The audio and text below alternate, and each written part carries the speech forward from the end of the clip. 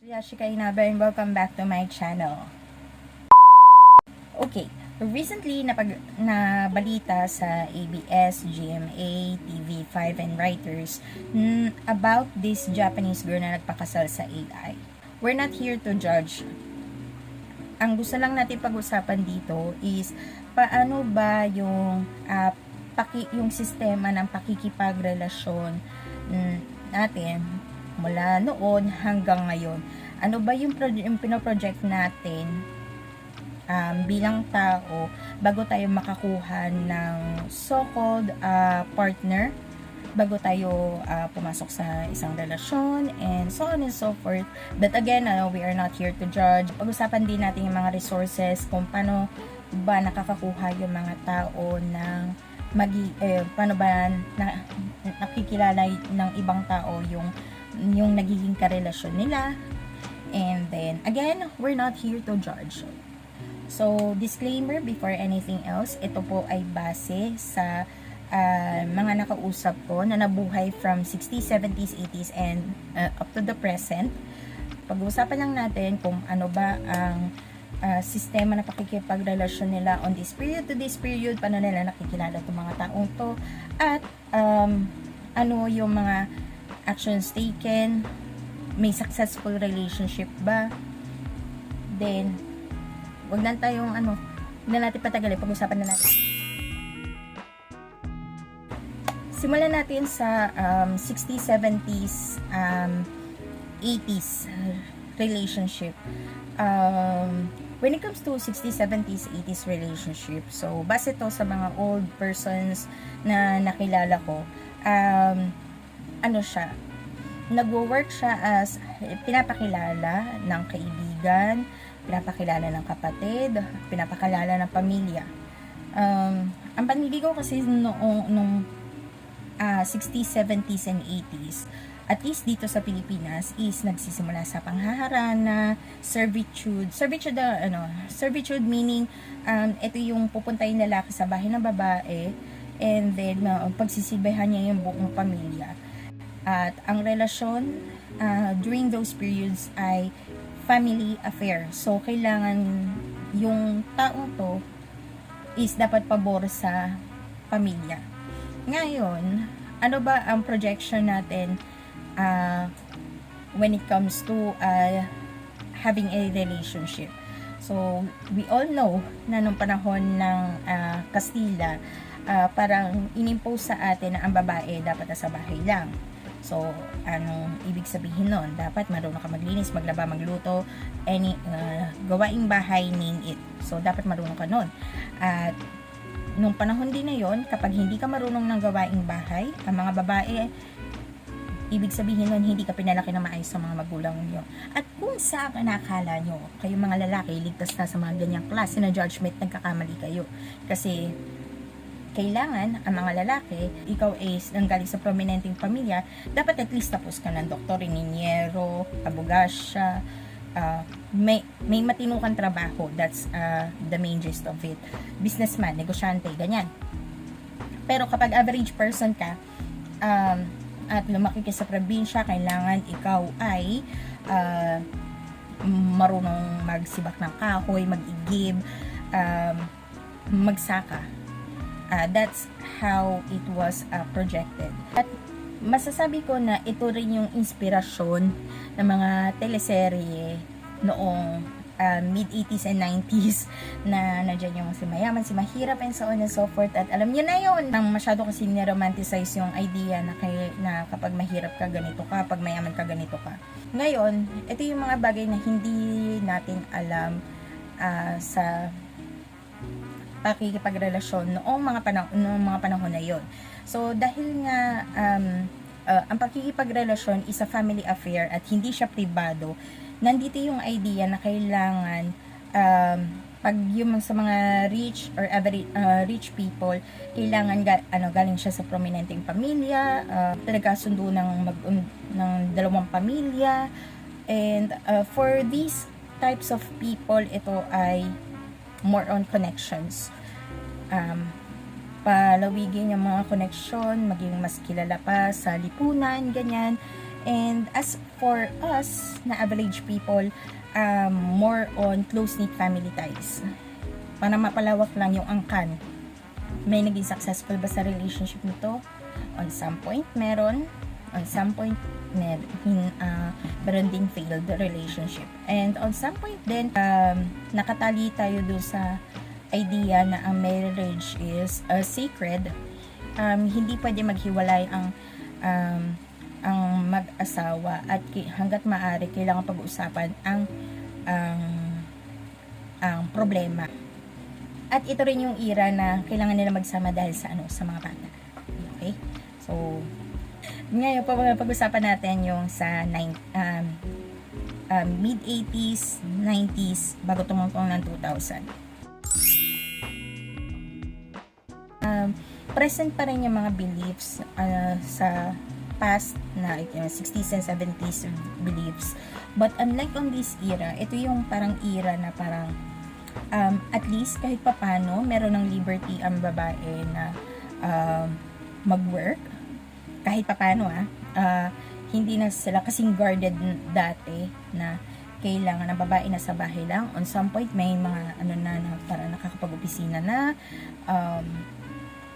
nakakapagtrabaho na, may kalayaan ng pumili, may kalayaan ng bumoto. So ito yung era na yon.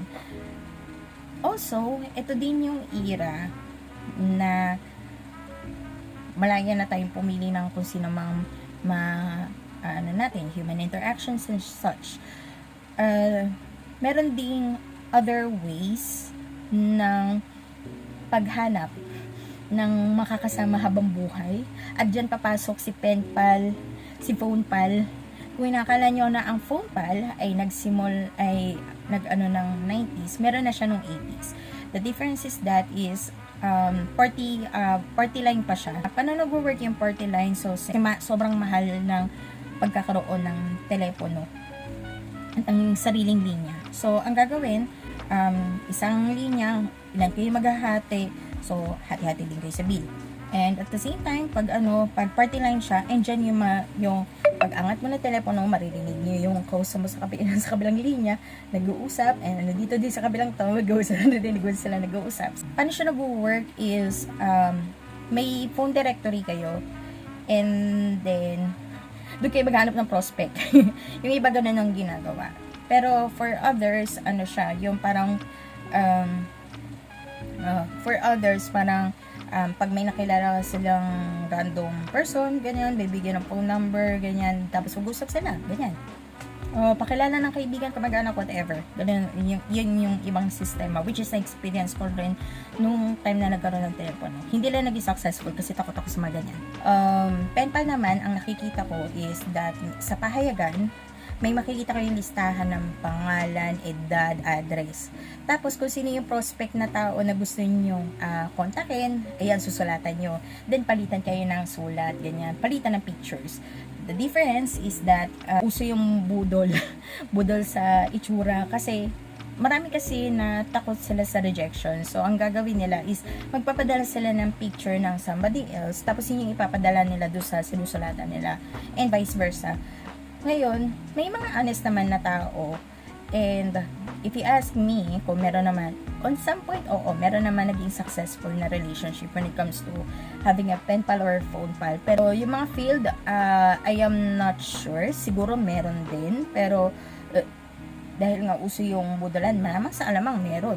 Wala lang tayong figures dahil ito yung something na hindi kasing loud, unlike today, na may SOCMED kasi, so hindi tayo sure sa mga pinagagagawa in the past, ganyan, at walang documentation. Kaya kapag halimbawa gumawa ka ng kalokohan in the past, hindi siya masyadong lantad. One of the worst form of finding a partner back on this era is yung mga tinatawag nilang mail order bride. Actually, ko lang to, nahagip ko lang siya while watching a certain series about mail order brides. So, how mail order brides work is a girl, ipapadala nila sa may prospect sa foreigner about this certain girl. I'm not sure kung ano yung source nila. And then si girl padadala sa ibang bansa. Then, alam mo yun, yung parang ang dating sa akin is human trafficking siya. And this is something that we shouldn't tolerate. Buti na lang wala ng mail order dahil nga para kang balikbayan package na ipadadala sa ibang bansa. Tatanggapin ka ng kung sino man na hindi mo nga kilala. And then, poof! Bigla ka nagkaroon ng asawa na hindi mo alam kung ano ang background and such, hindi mo kilala ang pagkatao. Dagdag din natin na during the 90s, meron din tayong tinatawag na anime jowa. So, how this anime jowa works, wag na tayo magpaligoy-ligoy. Si Tamahome, si Hotohori, si Goku, si Yusuke. Gamitan natin yung Japanese name niya. Yusuke, si Hiei, ganyan, si Kurama. They are the best examples of anime jowa. Ako, syempre, since fan ako ng Gundam ang aking anime jowa is none other than Kachura Baba Winner. Kaya, may mga babae, until now, na pag meron kayong anime jowa, some of them are still single. Kasi nga, parang, ang hirap maghanap ng kaugali ng anime character na nagustuhan natin. So, ayun.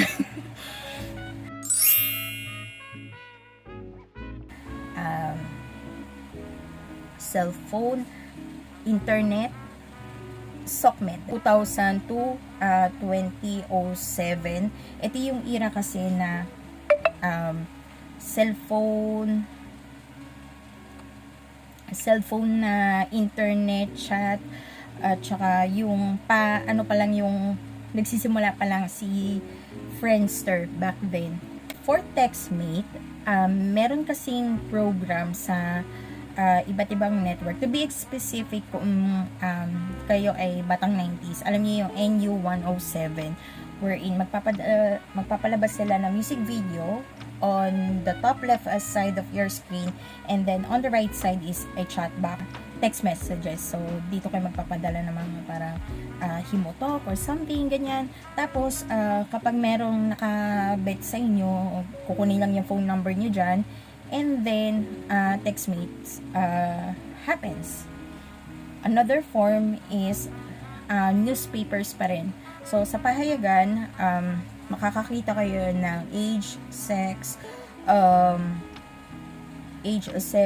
phone number, tapos kung may preference si person, regardless if it's a male or female. Sa nabasa ko dati sa isang newspaper, kung saan ko nabasa yung mga ganon, is parang some of them are very bold about what they are looking for, and some of them are very straightforward. Ang gusto lang nila ay hook up. Meron ba nag-success sa ganitong klase na relationship na natagpuan through TextMate? Meron. Pero nung panahon kasi na nag-aaral pa ako, mas marami ako naririnig na parang naging victim ng rape, ng murder, robbery. So, mas marami yon compared do sa good ones. But then again, I believe na lahat naman ng mga bagay is may good pros and cons. It's just that na sa era na kasi ng papunta na sa internet age kasi, kaya mas maingay yung bad thing over the good thing, di ba? So, let's move on. Chats. Sa mga 90s na naka-experience ng Yahoo Messenger and MLRC, ito yung era na parang paano siya nagwo-work. So, Yahoo Messenger, ilalagay mo email address, password, and then poof, may magpa-pop up na a window kung saan mo gustong chat room ka magpupunta. So, kung gusto mo puro Pilipino lang, meron doon. Meron ding, kung gusto mo may kasama globally, meron din doon, and so on and so forth. Back then, nung time na nagsisimula ang chat, ang internet sa Pilipinas, sa Pilipinas to be specific kasi dito ako nakatira, may makikita ka naman mga genuine na tao like may student ako nakilala doon, priest, businessman. Every one of them is actually decent. Parang gusto lang nila maghanap ng kausap. As time flies, ito na nga, naging bastos na yung take sa ganitong klase ng platform. So, eventually, dinicommission na din siya. Pero, ayun, pagkaka-decommission naman niya is nangyari 2022 yata, bago nagsumama pandemic. Sa MLRC kasi wala akong idea kasi hindi ko siya nagamit. Pero nakita ko yung mga chatbox na nakakahilo. Nakakahilo yung chatbox, yung chatroom nila. Kaya, ayun. So, sa mga gumamit ng MLRC dyan, shoutout sa inyo. May successful relationship ba sa ganitong klase ng platform ng paghanap ng relasyon? Yes. But then again, hindi natin siya pwedeng anuhin na mas maganda to kaysa dito kasi lahat naman is may pros and cons. So, sabi lang natin, may successful ba? Meron po sa meron. Kung meron bang failed, meron din. Here goes social media. So, sa mga kagaya ko na nagsimula ng mag-Socmed around 2006 onwards, ito na nga. So, nandiyan na si Friendster, MySpace, Multiply, Facebook. So, ito yung initial na apat na magkakasabay noong year 2004 onwards. Kasi nung panahon na yon, pag may Facebook ka, big time ka. Ewan ko kung saan nanggaling yung idea na yun, pero kapag may Facebook ka kasi, ibig sabihin nun big time ka. Meron pang, ibang Socmed like Tag, madami. Dahil wala pa silang ganung privacy settings, pwede mo talaga silang yung silipin, pwede mga also dito yung nakawa ng profile pic.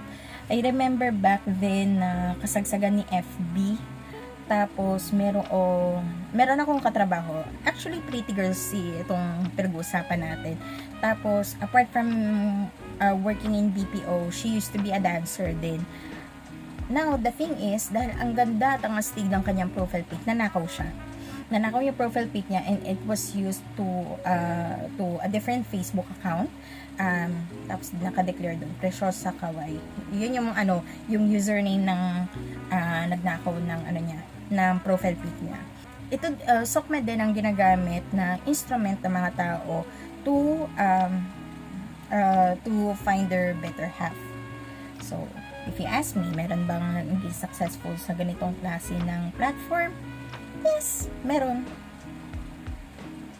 Huwag niyo na akong tanongin kung meron bang failed relationship din. Kasi dito din naman dito rin naman nagsimula ang failed relationship dahil sa countless of cheating, ganyan. Alam niyo na yan, girls. Si Twitter, si IG.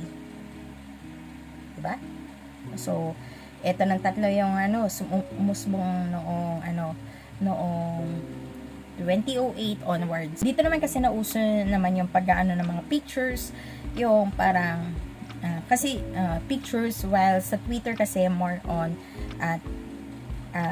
text lang. So, parang yung Twitter kasi is naging pugad ng parang mga mahilig mag-vent out sa Socmed.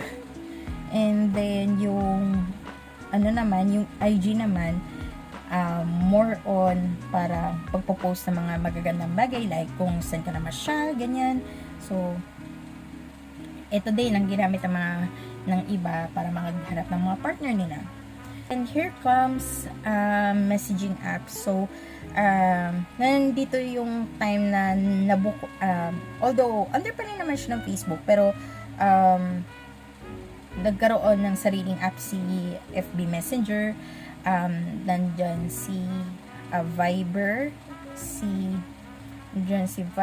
si Telegram, na ginagamit din ng iba to find someone. This is more on a hit and miss portion.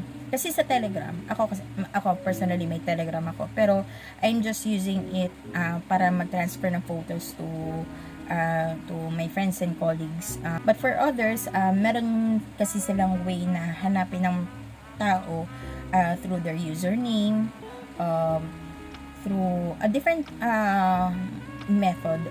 Hindi ako magtotalk kung sino kung gumagamit nitong Telegram as a way for to find a partner. May successful relationship ba? May ongoing, pero I am not sure kung meron yung talaga naging successful na yung nag-lead to not necessarily happily ever after, pero yun. Dating apps, ito malinaw ang ang goal nito. Unlike Facebook na ang goal mo lang is to have your profile, upload whatever the things that you like, anything and everything under the sun, and to build connection with your friends and family overseas and within the area, and reconnecting with other people so you haven't seen for a longer time. Dating app is a very straightforward application. So, ang purpose nito is to find your the partner that you wanted to have for the rest of your lives. Meron tayong Tinder, Grindr, Bumble. Dating app, Tinder, Grindr, Bumble. Ang gagawin mo lang doon is swipe. So, kapag may nagustuhan ka, then parang itatap mo ba, ilalike mo yung picture, tapos magkakaroon na chat, ganyan. Parang nagiging successful naman, not really successful, pero meron naman mga ongoing relationships and such. Pero ang dating app kasi is also the root cause of every failed relationship, kasi ito yung mga applications na ginagamit ng iba para maghanap ng lalandiin pang iba. Ganon. So, kung balak nyo gamitin itong mga to, bahala kayo sa buhay nyo. Pero, wala namang pumipigil. Again, I am not here to judge. Pero, sabi ko lang kung paano nag-work ang mga bagay-bagay, paano siya nagiging root cause ng pagkakaroon ng successful and failed relationship and such. Pero, again, take this with a grain of salt. Ngayon, here comes 2025. Ito na nga si ate mong girl na nagpakasal sa AI. Natin na given na na umusbong itong balitang ito na nagpakasal si ate mong girl sa isang AI character. Maraming na din yung parang nabasa ko sa comment section na pakakasalan daw nila si Tamakome, si Levi, si Deku. Oh my god. Ayun. Through AI, and take note, through AI. So, mas marami pa magiging single as we expect. Bakit humantong doon? For starters, ang AI kasi is hindi siya kagaya ng iniisip natin na nilikha siya that way. AI was initially designed in this way, at finifeed lang natin siya ng information para ma-project natin siya kung paano ba natin gustong i-take ang AI na to. So, if this girl molded this AI the way he wants to be, then that must be the reason kung bakit nag-lead siya into marriage, diba? Pero the main question here is why? Wala ba siya naging partner? Wala ba siya naging ano? So, let's put it this way. Nowadays kasi medyo na takot na nga din tayo sa tinatawag nating rejection, kasi masyado ng cool ang outside world, and sometimes talking to AI is way better than talking to a human, kasi pag nakapag-chat ka kasi sa AI, on some point walang judgment ka na maririnig, so wala silang way to empathize. Pero kung balak nyo silang i-project na marunong silang mag-empathize, well, you can do so. We can actually talk about it on a separate discussion. Pero for now, let's focus on paano ba nag-lead sa marriage itong paano ba humantong sa ganitong bagay na bakit AI, bakit hindi tao. Pero applicable to sa maraming tao na yun nga, fear of rejection, fear of rejection, fear of being judged, fear of anything, anxiety, depression, anything is related to our mental health. And it boils down to one thing na parang rather than we get this judgment, we need someone na parang maintindihan tayo. Alam naman natin na may mga tao nga na nagpakasal sa rice cooker, sa Eiffel Tower, manika. Masusurpresa pa ba tayo dito? Syempre hindi na. Pero kung tatanungin niyo ako kung ito ba ay bago, kasi yung mga na napag-usapan natin is something na bago sila in a different sense, like nagpakasal yung yung isa nagpakasal sa gusali, isa nagpakasal sa manika, isa nagpakasal sa appliances, ito nagpakasal sa AI. Is this something new? The answer is still no. Why? Kasi sa Japan kasi, if some of you are not aware of it, meron kasi silang tinatawag na laro which we call otome. So, how otome game works, it's a dating game na ang main character parate is si Ate Mong Girl. So, si Ate Mong Girl na main character, maghahanap siya ng jowa depende sa tema ng dating game na pag-uusapan natin. Like, halimbawa, halimbawa, si main character ay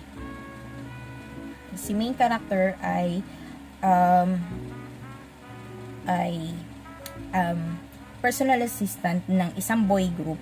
So, mamimili siya sa member ng boy group na yon kung sino yung jojowain niya doon. So, magkakaibang character pero maglilid lang siya into one answer. Makakatuluyan ba niya?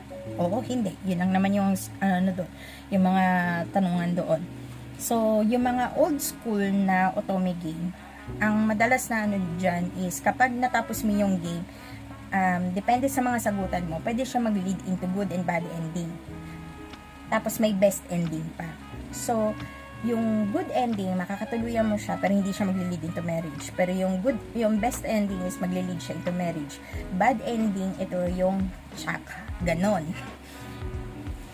nag-work ang otome game. Tapos, yung mga recent otome games, ito very light na lang siya. Like, yung magle-lead ba siya sa marriage or hindi. Sana hindi tayo humantong sa punto na the majority of us would rather choose an AI over a real human being. So, okay, nagigets ko naman na mahirap nang maniwala sa humanity nowadays. And specifically dito sa Pilipinas, ang daming masasamang ugali dito. Sama mo na ako. Sama mo na ako. Pero anyway, nandun tayo sa idea na parang hopefully hindi naman ito maging katapusan ng extinction natin bilang tao. And yeah, so I'm still hoping for we're still hoping for the best and hindi siya mag-lead into something na ikasasama natin. Okay, that will be all for me. I hope you like this video and don't forget to like, share, and subscribe and hit the notification bell para naman maging updated kayo sa mga uploads natin. Okay? Kung natuwa ka sa video na to, huwag kalimutan mag-like, share, subscribe, and hit the notification bell.